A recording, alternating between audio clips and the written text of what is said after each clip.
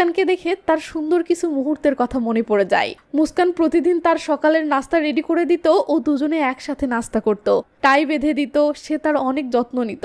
কিন্তু ডিভোর্সের পর থেকে এসব যখন সে আর পাচ্ছে না, মানে মুস্কানও তো এখন এসব করা ছেড়ে দিয়েছে, তখন কিউজন মুস্কানকে তার প্রতিটি কাজে প্রতিটি জায়গায় সব কিছুতেই মিস করতেছে।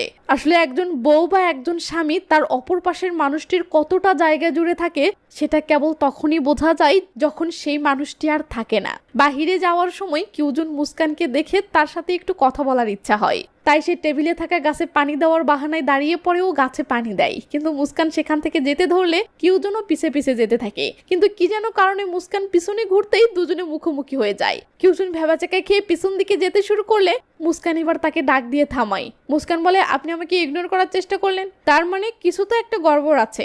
এর মাঝেই মুস্কানের নজর কিউজনের গলায় গেলে দেখে তার টাইয়ের এই অবস্থা।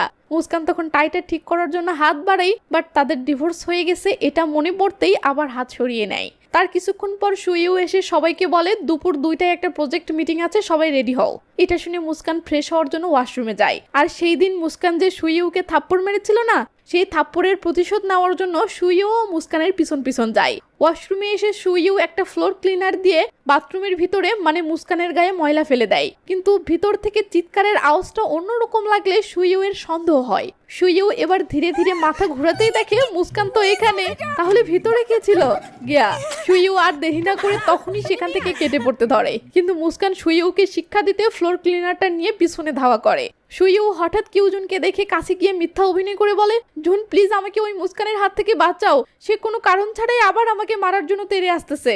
এটা শুনে কিউজন রেগে মেগে মুস্কানের হাত থেকে ক্লিনারটা কেড়ে নেয় ও বলে, মুস্কান তোমাকে এই মুহূর্তেই চাকরি থেকে বরখাস্ত করা হলো। মুস্কান তখন